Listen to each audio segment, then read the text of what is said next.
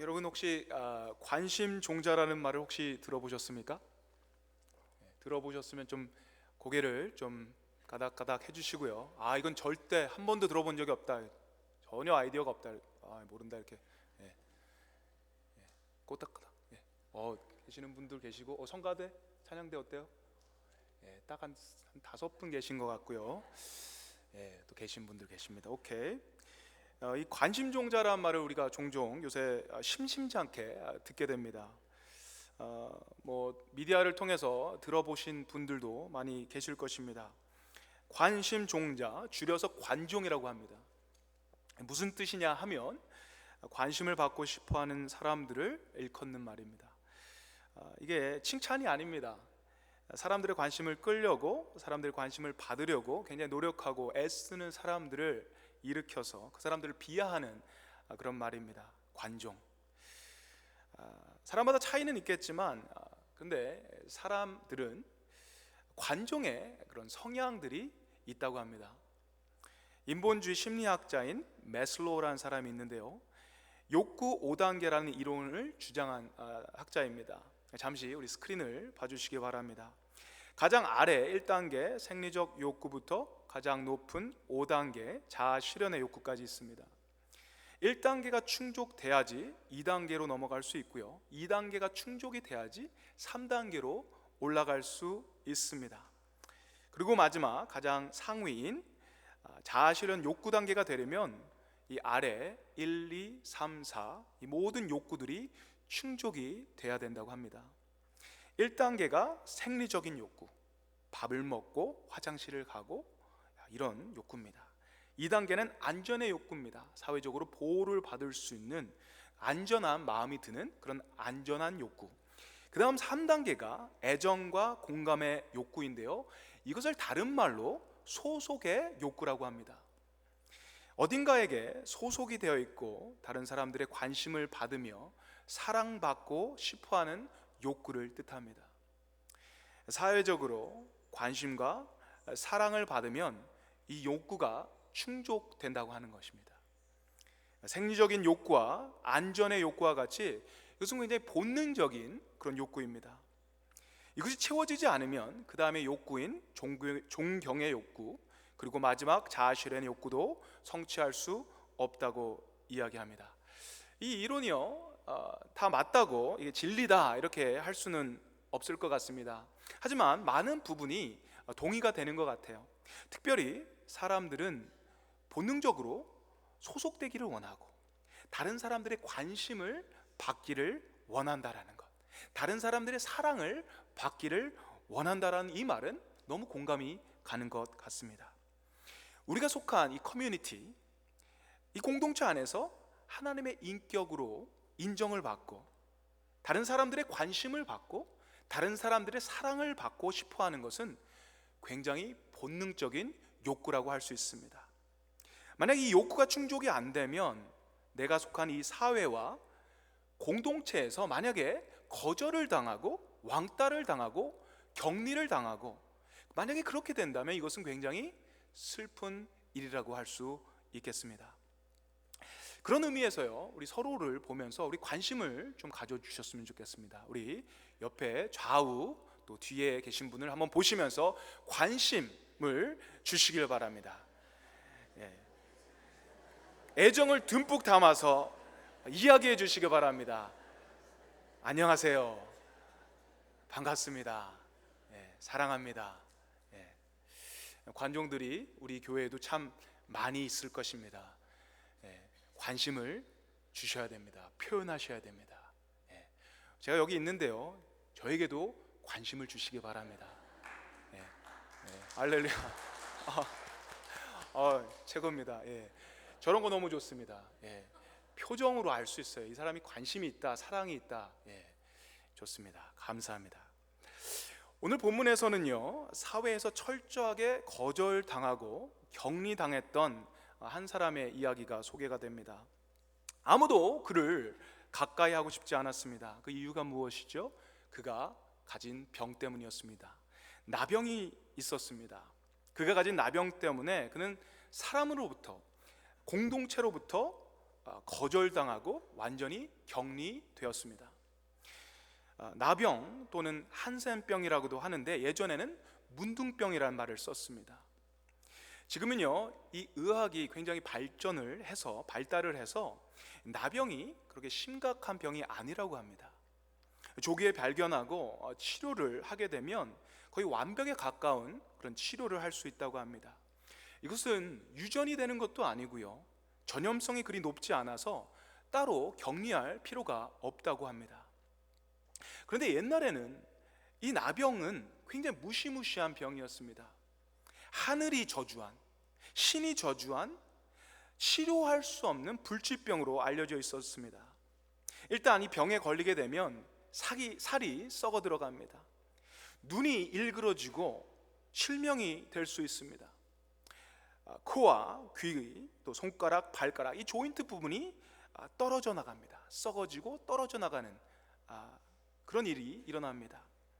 신경이 파괴가 돼서 이제 감각이 없습니다. 그래서 고통을 느낄 수가 없다고 합니다. 예를 들어서 요리를 하다가 칼에 손이 베이는 겁니다. 또 칼을 갖다가 발에 떨어뜨려서 피가 철철 난다고 하는 것입니다. 그럴 때에 그 고통을 알 수 없다라는 것이에요. 뜨거운 불에 살이 되어도 뜨거움을 느낄 수가 없습니다. 예전에 구들방이라고 하죠. 겨울에 그 구들방에 앉아갖고 이렇게 계시는 그런 모습을 여러분 아실 것입니다. 경험하셨을 것입니다. 근데 그것이 온도가 굉장히 높다고 합니다. 근데 이 나병을 갖고 있는 사람은 고통을 느끼지 못해서 아무리 뜨거워도 거기 앉아 있는다라는 거예요. 그래서 사람들이 엉덩이가 타고 허벅지가 타는 그런 상처를 얻을 수 있다라는 것입니다. 이 나병 환자들은요, 그래서 외상이 굉장히 많다고 해요. 나병에 걸리신 분들을 제가 직접 만나지는 못했고요, 사진으로 한번 찾아봤습니다. 이분들이 어떤 분일까 찾아봤는데요, 그분들에게는 정말 죄송한 이야기가 될 수 있는데 정말 눈 뜨고 못 보는 그런 모습이었습니다. 너무 흉측한 모습이었습니다.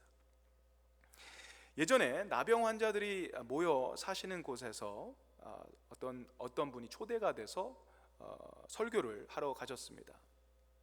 한국에 소록도라 하는 그 섬이 하나 있다고 합니다. 이 곳은 예전부터 나병 환자들, 그리고 나병이 나도 거기서 사람들이 살고 있는 그런 곳입니다. 근데 이 목사님께서 이 소록도에서 이제 설교를 하러 가셨습니다. 근데 그분이 첫날 설교를 하시는데 너무 힘드셨다고 합니다.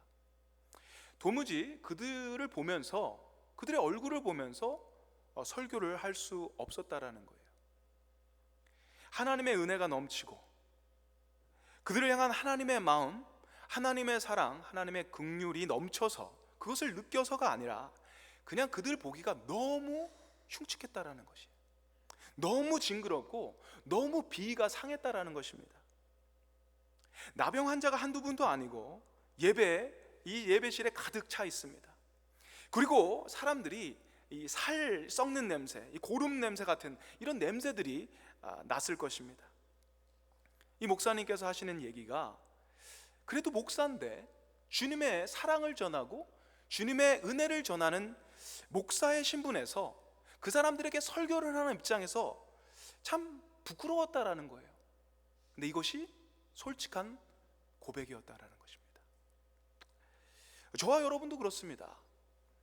이 나병이 불치병이 아니고 전염이 되지 않고 조기에 발견하면 완벽하게 치료받을 수 있는 그런 병이라고 할지라도 여러분들이 직접 나병에 걸리신 분들을 상대하는 것은 굉장히 힘든 거라고 생각해요. 그들의 눈을 보고 그들의 손을 만지고 그분들과 함께 식사를 하게 된다는 것은 쉽지 않은 거라고 생각합니다. 같은 공간에서 그분들과 생활한다는 것은 이건 굉장히 쉽지 않은 거라고 생각합니다. 여러분, 현대 사회에서도요, 나병에 걸린 사람들은 정상적인 사회생활을 할 수가 없다고 합니다. 지금도 나병에 걸리게 되면 사람들로부터 차별을 받게 되고요, 무시를 받게 되고 불이익을 받게 된다고 해요. 직업을 갖는 것도 어렵고요, 사람들과 어울려 사는 것도 어렵습니다. 그래서 결국은 어쩔 수 없이 그들이 자연스럽게 이 사회로부터 격리가 된다고 합니다. 한국에는 이런 나병 환자들이 모인 정착촌, 이 마을들이 있다고 합니다. 거기서 아주 힘겹게 힘들게 사는 분들이 많이 계세요.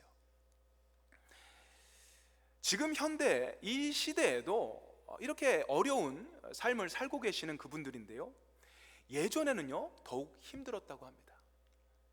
한국에서 예전에 이 문둥병이라고 그러죠. 문둥병, 이 어감도 굉장히 좋지 않은 이 문둥병에 걸린 사람들, 이들에 대한 인식이 굉장히 안 좋았었어요. 이 문둥이들에 대한 이 자료를 제가 좀 봤는데요, 이런 악성 소문들이 옛날에 있었다고 합니다. 한 40년 전까지만 해도요. 어떤 거냐 같으면 문둥병이 걸리면요, 이 문둥병을 고치려고 애를 유괴를 하는 겁니다. 그리고 그 아이의 간을 먹는 거예요. 혹시 이런 거 들어보신 적 있으세요? 40년, 50년 전에 이것이 돌았어요. 그 사람들은 그걸 갖다가 어떤 정말로 그렇게 되는 줄 알았어요. 그렇게 하는 줄 알았어요. 그러다 보니까 이 문둥병은 사회에서 정말 있어서는 안 되는 사람이 되었다라는 것입니다. 사람들에게는 그들은 경멸의 대상이었습니다. 괴물과 같은 존재고요, 없어져야 되는 그런 존재였다라는 것입니다. 중세시대 유럽에서도 역시 이 나병에 걸린 사람들은 많은 불이익을 받았습니다. 마녀 사냥과 같은 학대가 있었다고 합니다. 이 병에 걸리게 되면 그 교회에서, 그 중세시대 때는 카톨릭 교회지요, 그 교회 신부가요, 이 나병 환자가 확인이 되면, 나병에 걸린 것이 확인이 되면 이 나병 환자를 가지고 데리고 장례식을 했다고 합니다. 산 사람을요 장례식을 한 겁니다. 산 사람을 죽었다고 치는 것입니다. 예수님이 사역했던 그 시절 역시 나병에 걸리면 괴물이 되는 것입니다. 죽는 것이 살았는데 죽은 것이 되는 것입니다. 먼저 나병에 걸리면 유대법에 이 사람은 부정한 사람이다라는 법이 있습니다. 레위기 13장 45절 46절 말씀에는 나병에 걸리게 되면, 나병이 걸린 것을 꼭 확인하게 되면 해야 하는 의식이 있었다고 합니다. 제가 읽도록 하겠습니다. 나병 환자는 옷을 찢고 머리를 풀며 윗입술을 가리고 외치기를 부정하다 부정하다 할 것이요, 병 있는 날 동안은 늘 부정할 것이라. 그가 부정한즉 혼자 살되 진영 밖에서 살지니라. 이것이 법이었습니다. 율법이었어요. 나병에 걸린 사람들은 옷을 찢습니다. 머리를 풉니다. 윗입술을 가리고 부정하다 부정하다 외치며 주변 사람들이 가까이 오지 않도록 하는 것입니다. 부정하기 때문에 다른 사람들이 가까이 할 수 없습니다. 사회로부터, 사람으로부터 완전히 고립되는 것입니다. 부정하기 때문에 격리가 되는 것입니다. 그리고 부정하기 때문에 하나님께 예배도 드릴 수가 없습니다. 제사에 참여할 수 없습니다. 그러니까 나병에 걸린다라는 것은 사람에게도 버림을 받고, 사회에게 버림을 받고, 하나님에게도 버림을 받은 사람이라는 의미가 되는 것입니다. 살아도 죽은 자처럼 살아야 되는 것입니다. 그런데 오늘 본문에서는요, 이 저주받은 이 나병 환자가, 이 한 나병 환자가, 이 문둥병 환자가 예수님을 찾아왔습니다. 이 당시에 예수님의 인기는 굉장했었습니다. 예수님이 가는 곳마다 사람들이, 무리가 따라왔습니다. 예수님이 기적을 베푸시고 귀신을 내쫓으실 때 사람들은 환호했습니다. 사람들이 무리를 지어서 예수님을 따랐던 것입니다. 이 나병 환자는 예수님을 만나기 위해서 이 무리들 사이를 비집고 들어가야 했습니다. 많은 사람들 속에 나타나야 했었습니다. 여러분, 율법대로라면 사람들에게 그는 내가 부정합니다라고 외쳐야 되는 것입니다. 근데 그는 이 부정함을 숨기고 율법을 어기면서까지 예수 그리스도 앞에 나갔다라는 것입니다. 이것은 그에게 굉장한 큰 모험이었습니다. 보면은 이 나병 환자에 대한 어떤 나병 환자를 보고 이 무리들의 반응에 대해서 얘기하지 않습니다. 사람들이 나병 환자를 발견했을 때에 어떤 반응을 했었을까요? 아마 어떤 사람은 보자마자 기겁을 했었을 것입니다. 소리치며 도망가는 사람도 있었을 것입니다. 어떤 사람은 보자마자 막 침을 뱉고 욕을 하는 사람도 있었을 것입니다. 또 어떤 사람은 돌을 집어서 던지려고 하는 사람도 분명히 있었을 것 같아요. 사람들이 이 사람이 나병 환자라는 것을 알게 되는 그 순간 이 사람은 죽을 수도 있는 상황이었다라는 거예요. 근데 그 위험을 무릅쓰고 예수 그리스도께 나가게 되는 것입니다. 여기서 우리는 이 나병 환자가 예수님께 어떤 마음, 어떤 자세로 나아갔는지에 대해서 깊게 생각할 필요가 있습니다. 이것은 우리가 어떤 자세로, 어떤 마음으로 주님께 나가는지, 어떤 마음, 어떤 자세로 주님께 예배 드려야 하는지에 대한 좋은 교훈이 되기 때문입니다. 어떤 마음이 있었습니까? 어떤 마음의 자세가 있었지요? 그는 우연으로 어쩌다가 예수님을 만난 것이 아니었습니다. 죽을 수도 있는 그런 상황에서 내가 죽으면 죽으리라는 그런 마음가짐으로 예수님께 나갔던 사람입니다. 목숨을 걸고 주님께 나갔던 사람. 그에게는요, 그런 결단이 있었습니다. 그에게는 주님을 반드시 꼭 만나야 되겠다라는 그런 갈급함이 있었다라는 것입니다. 우리가 주님 앞에 나올 때, 주님 앞에 예배할 때 가져야 할 마음 여러 가지가 있지만 그 중에 이 갈급함, 이 결단하는 것, 이거 정말 필요한 것 같습니다. 여러분이 힘들고 바쁘고 어려운 상황 속에서도 주님께 결단하시고 나오시길 바랍니다. 주님을 꼭 만나야 한다는 그 갈급한 심령으로 주님께 나올 때에 변화가 있습니다. 그럴 때에 치유가 있습니다. 그럴 때 회복이 있다는 것을 오늘 본문은 너무나도 정확하게 얘기해 줍니다. 저와 여러분에게 하나님에 대한, 예배에 대한 이런 결단력, 이런 갈급함이 있기를 주님의 이름으로 축원드립니다. 그럼 여기서 한 가지 질문을 제가 하고 싶습니다. 어떻게 해서 이 나병 환자는 그런 엄청난 결단과 갈급함을 가질 수 있었냐는 겁니다. 그가 목숨을 걸고 주님 앞에 나갈 수 있었던 그 결단, 그 갈급함의 원천이 어디서 오냐는 거예요. 그가 주님께 결단하고 갈급함을 가지고 나올 수 있었던 이유는, 오늘 본문은 그가 나병이 있어서 그랬다라는 이야기를 합니다.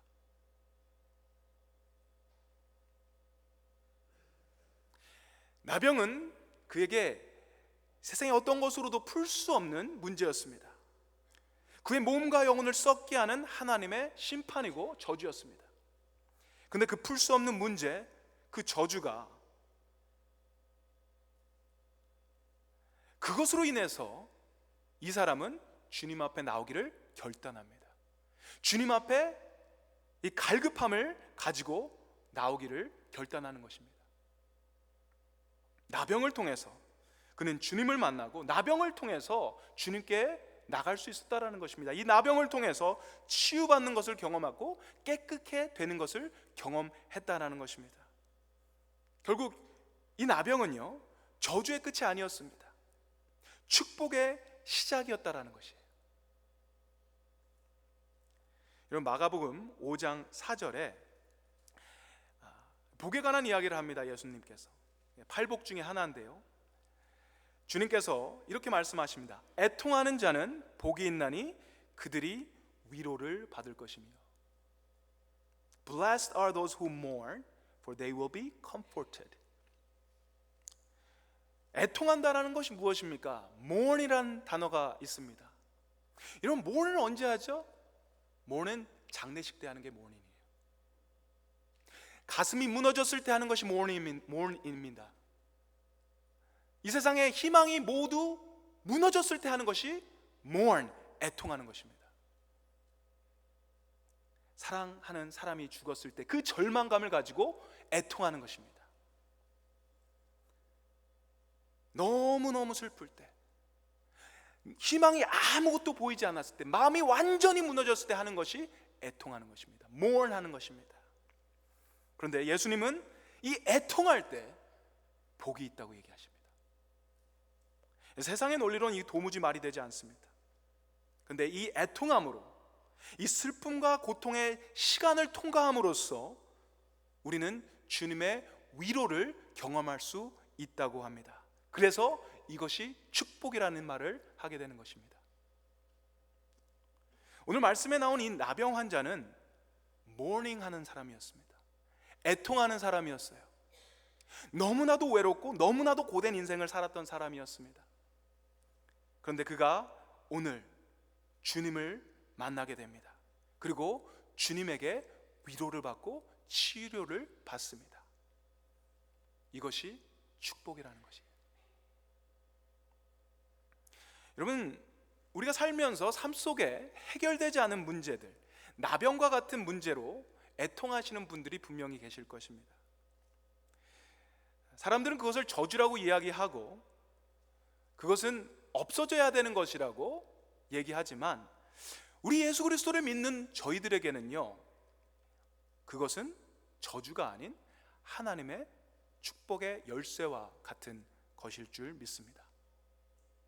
큰 어려움이 있을 때, 큰 시련 때문에 주님께 애통하고 계시는 분들이 여기 계시다면요, 여러분 애통함을 통해서, 그 고통을 통해서, 그 아픔을 통해서 주님의 특별한 위로, 특별한 은혜를 경험하게 되시기를 주님의 이름으로 축원드립니다. 두 번째, 이 나병 환자가 주님께 나올 때 그가 가졌던 마음은 주님이 그를 깨끗게 하실 수 있다는 확신에 찬 믿음이었습니다. 우리 40절 말씀 우리 같이 읽도록 하겠습니다. 40절 말씀입니다. 시작.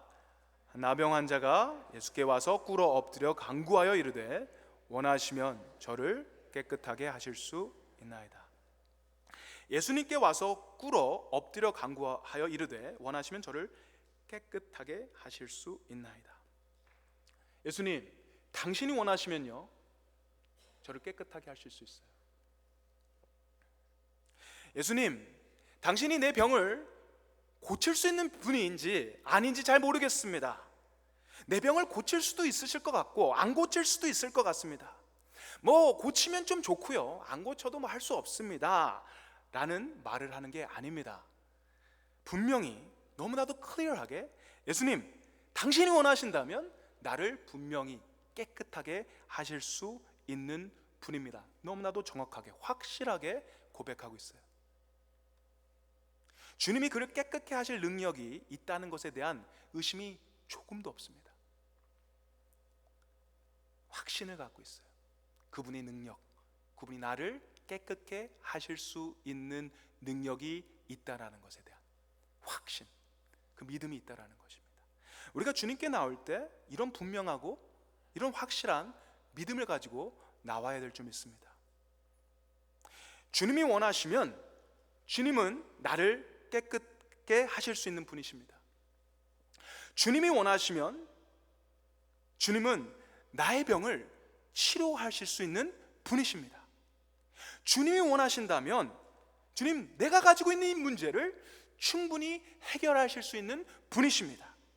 주님이 원하신다면 나의 가정의 문제, 나의 자녀의 문제, 나의 사업의 문제, 이 모든 문제를 주님이 원하신다면 충분히 회복하고도 남음이 있는 분이 바로 주님이십니다. 이런 분명한 믿음을 가지고 주님 앞에 나가야 되는 것입니다.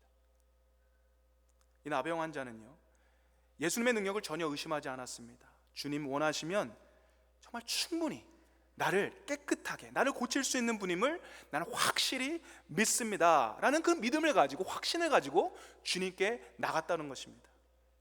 자, 이 나병 환자가요, 위험을 무릅습니다. 그리고 갈급한 심정을 가지고 주님 앞에 나왔습니다. 그리고 주님이 원하신다면 나를 깨끗게 하실 수 있습니다 라는 확신, 믿음을 가지고 주님께 나왔습니다. 이렇게 나온 이 나병 환자를 주님 어떻게 대하시는지 41절, 41절에 나와 있습니다. 우리 41절 그리고 42절 우리 한 목소리로 읽었으면 좋겠습니다. 같이 읽습니다. 시작. 께서 불쌍히 여기사 손을 내밀어 그에게 대시며 이르시되 내가 원하노니 깨끗함을 받으라 하시니 곧 나병이 사람에게서 떠나가고 깨끗하여 진지라. 여러분, 이 나병 환자는요, 나는 부정하다, 나는 부정하다 사람들에게 외쳐야 하는 사람이었습니다. 근데 그가 부정을 숨깁니다. 율법을 어기고 주님께 나옵니다. 그런데 주님께서는요, 너 왜 율법 어기고 지금 나와? 너 부정한 사람이 왜 지금 나한테 오는 거야? 이렇게 사람 많은데 왜 오는 거야? 이렇게 얘기하지 않으셨어요. 그를 정죄하는 말이 조금도 없었습니다. 보기에 너무 흉측하고 살이 썩어 냄새나는 이 더러운 나병 환자를 보고 세상 사람들이 모두 그를 경멸하고 가족들에게마저도 버림받은 이 사람, 외면당하고 소외당한 이 사람을 주님께는 어떻게 하시느냐요? 불쌍히 여기신다고 얘기해요. 여기서 불쌍히 여기신다라는 것은 PT가 아닙니다. 거지를 보고 잠시 불쌍해, 이 감정 잠깐 가지고 있는 그런 동정이 아니에요. 여기서 얘기하는 것은 치근히 여기시는데 영어로 compassion입니다. 이 compassion이라는 단어는요, 고통을 함께 느낀다라는 의미가 있어요. 연민의 감정, 그 사람의 아픔, 그 사람의 고통을 함께 그대로 느낀다라는 그런 의미가 있다라는 것입니다. 주님은 그의 아픔을 잘 알고 있었습니다. 그 아픔을 함께 느끼고 계셨습니다. 여러분, 그의 마음을, 그의 아픔을 세상에 어떤 사람이 알 수 있었을까요? 누가 그가 가지고 있는 외로움에 대해서 이해할 수 있었을까요? 아무도 없었습니다. 그는 사람들, 공동체, 이 사회에서 완전히 격리된 사람이었습니다. 그가 살아도 죽은 사람이었습니다. 사람들은 아무런 관심이 없었습니다. 만약에 그가 누군가와 친분이 있어서 그 사람이 그를 안다고 해도, 그와 친하다고 해도 이 나병에 걸린 이 사람의 고통을, 이 사람의 아픔을 얼마나 헤아릴 수 있을 것 같아요? 못할 것 같아요. 그런데 예수님은 그 사람의 아픔을 너무나도 정확하게 아셨어요. 그 사람의 이 힘든 이 삶을 너무나도 정확하게 아시고 그것을 함께 하셨다라는 것입니다. 예수님께서는 그가 지금까지 나병 환자로서의 그 삶이 얼마나 힘들었는지 아셨습니다. 나병 환자로서 그 육체의 아픔, 사람들로부터 격리받은 그 서러움, 억울함, 그것 때문에 얼마나 많은 밤을 눈물로 지새웠는지 분명히 아셨을 것입니다. 그가 얼마나 많은 서름을 당하고 부정한 죄로 정죄를 받고 많은 사람들에게 손가락질을 당하고 돌팔매질을 당하고 그가 가지고 있는 억울함, 서러움, 외로움, 이 감정에 대해서 주님 너무나도 잘 알고 계셨다라는 것입니다. 여러분, 때로는요, 우리가 살면서 참 내가 혼자라는 그런 생각할 때가 있지 않습니까? 나의 아픔, 나의 고통, 내가 가지고 있는 이 이슈에 대해서 아무도 이해를 못하고 아무도 공감을 못하는 그럴 때가 우리가 있습니다. 아무리 친한 친구라도, 아무리 같은 식구라도, 자식이라도, 부모라도 부부일지라도 내가 지금 겪고 있는 고통, 내가 지금 갖고 있는 아픔, 이 고통의 깊이에 대해서 얼만큼 이해할 수 있을까?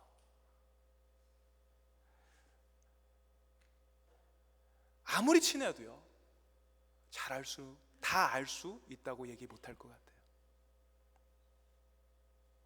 근데 예수님은요, 우리가 느끼는 고통과 아픔을 너무너무 잘 알고 계십니다. 그리고 그것을 저희와 함께 느끼고 계신다고 하십니다. 이것이요, 저희들에게는 굉장히 힘과 위로, 이것을 묵상할 때 우리가 치유가 되는 것 같습니다. 여러분, 주님이 아세요.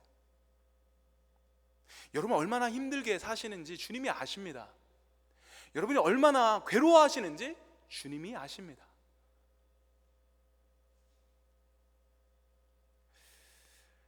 그 다음 주님께서는 손을 내밀어 그를 만져주십니다. 41절, 42절을 보면 불쌍히 여기사 손을 내밀어 그에게 대시며, 저는 이 말씀이 너무 좋습니다. 불쌍히 여기사 손을 내밀어 그의 몸을 직접 만지시는 거예요. 그러면서 하시는 말씀이 내가 원한다, 깨끗함을 받아라. 예수님께서는 이 나병 환자를 만지셨어요. 전혀 지체하지 않고 보자마자 그를 바로 만지셨습니다. 우리는 이 나병 환자가 얼마 동안 이 나병을 겪고 있는지, 앓고 있는지 모릅니다. 1년이 될 수도 있고요, 2년이 될 수 있고요. 하지만 그 시간 동안 이 사람은요, 사람의 터치를 한 번도 받지 못한 사람이었습니다. 왜요? 그게 법이었기 때문에 사람들은 그를 만질 수 없었습니다. 그도 역시 다른 사람을 만질 수 없었습니다. 사람들은 그를 만지기는커녕 가까이 오지도 못했습니다. 그런데 오늘 예수님께서 그를 보시고 그를 만져주십니다. 그 문둥병의 자리를, 그 상처의 자리를 주님의 손으로 만져주십니다. 아마 엎드려 있는 이 사람을 향해서 무릎을 꿇고 같이 엎드려서 만지셨을 것 같아요. 그의 아픈 상처를 그 위에 손을 얹으시고 말씀하십니다. 내가 원한다, 깨끗함을 받아라. 오늘 말씀을 묵상하면서 하나님께서 주시는 말씀은 이거예요. 이 사람이 결심하고 결단하고 주님 앞에 왔습니다. 그런데 이 자리를 누가 제일 기뻐하셨을까요? 주님이셨어요. 이 순간 이 사람이 깨끗게 되는 것을 누가 제일 기뻐하시고 누가 제일 기다리셨을까요? 주님이셨어요. 여러분, 주님은요, 여러분이 깨끗게 되기를 바라십니다. 정결하게 되시기를 주님 너무나도 바라고 계십니다. 그래서 우리가 더러운 모습으로 오더라도, 문둥병에 걸려서 주님 앞에 오더라도, 주님 나를 고쳐주십시오, 주님이 원하신다면 나를 고쳐주십시오 얘기했을 때 바로 아무런 말이 필요 없습니다. 아무런 조건이 필요 없습니다. 바로 손을 내밀고 저희를 고쳐주십니다. 그게 우리 주님이십니다. 그리고 그는 그가 바라던 대로, 간구하던 대로 깨끗하게 됩니다. 지금 혹시 여기 오신 분들 가운데 죄의 문제 때문에, 과거에 있었던 일 때문에 괴로워하시는 분들, 주님 앞에 오는 게 굉장히 어려우신 분들, 오늘 말씀 읽고 힘을 얻기 바랍니다. 아무것도 필요 없어요. 아무런 조건이 필요 없습니다. 그냥 나오는 것입니다. 그럴 때에 주님, 여러분의 간절함과 애통함, 여러분의 그 마음을 보시고 내가 기다렸다, 이 순간을 내가 기다렸다, 내가 원하노니 깨끗함을 받아라, 분명히 말씀하실 것입니다. 그런 우리가 됐으면 좋겠습니다. 주님 앞에서 깨끗함 받는 저와 여러분 되시기를 주님의 이름으로 축원드립니다. 아멘.